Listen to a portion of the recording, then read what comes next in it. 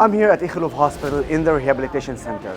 I came here to meet Shiראel, an Israeli hero.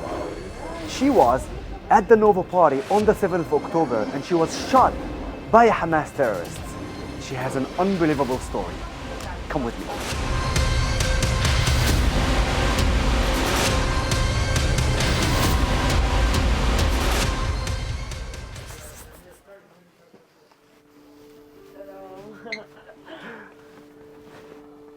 The 7th of October.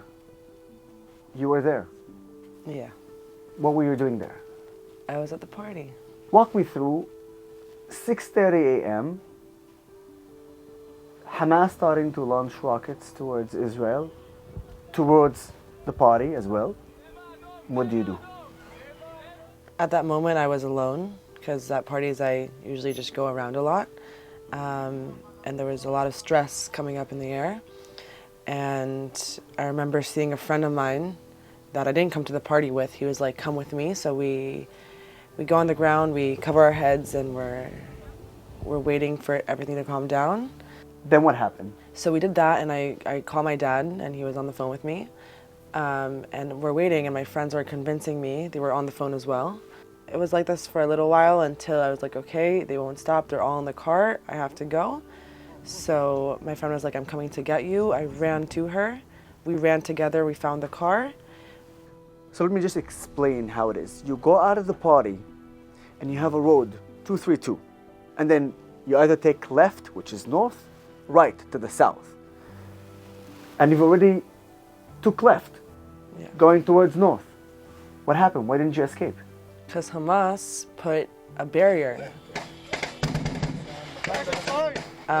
We drive a bit and then we go into the bomb shelter. There's a lot of people inside, a lot of chaos, people stressed out. I was trying to get people's morale. I was stressing out a bit, of course, but I saw people losing it. You know, people crying, saying they don't want to be here, saying they have to get out of here. There's terrorists in the area, and I'm just like, you're okay. We're okay. There's missiles right now. It'll be fine.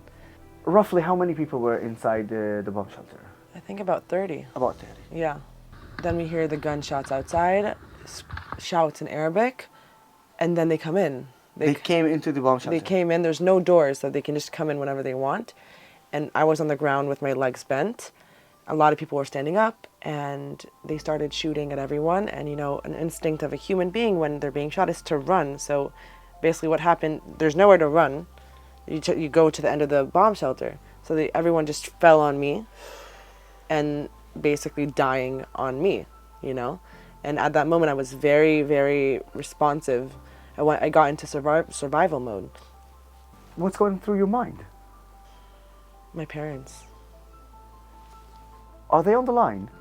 No, my phone, the phone call got disconnected. So my dad didn't hear the gunshots. But after that happened, after a little while, when it was safe to look up for a second, I took my phone and I texted him, people got shot. We need an ambulance ASAP. Get the police. We need them right now. And that's when my dad understood that the terrorists got to the bomb shelter. How many dead people were there out of the roughly 30 people? A bit more than half. I was in survival mode most of the time, but there were times when my mind would slip away from that and then I'd start thinking. And I remember I had this very vivid thought about me being in a gas chamber, like in the Holocaust. I felt as if I was in the Holocaust because every time they would throw grenades, you know, we choke on the grenade smoke. And it was hot and there's dead bodies around me. And I just remember feeling like I'm in a gas chamber. And there was this lady in front of me that she was screaming. Now at that point, most people died. So we were all quiet. And when we were quiet, we would be able to pretend to be dead. So then they wouldn't hear us and come back inside because we were all very scared.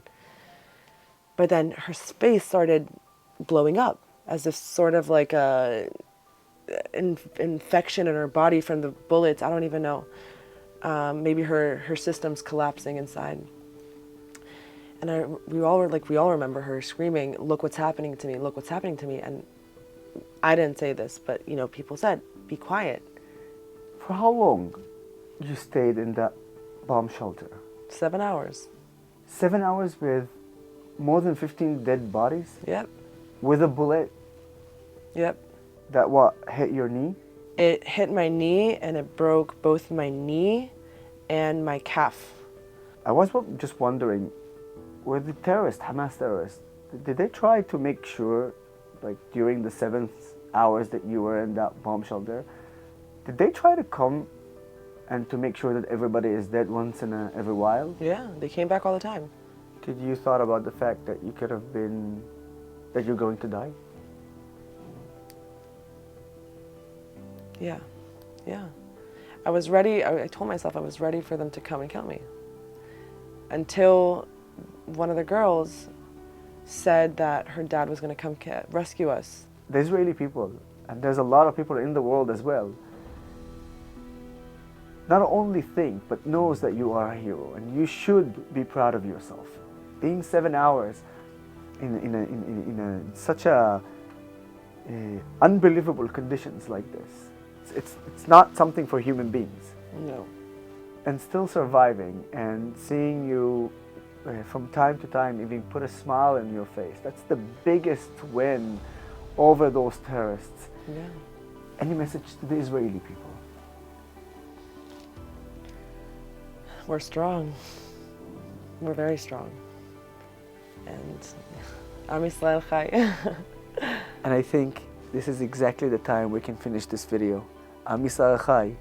And just like Shiראל, she is strong, we are strong, and we will win.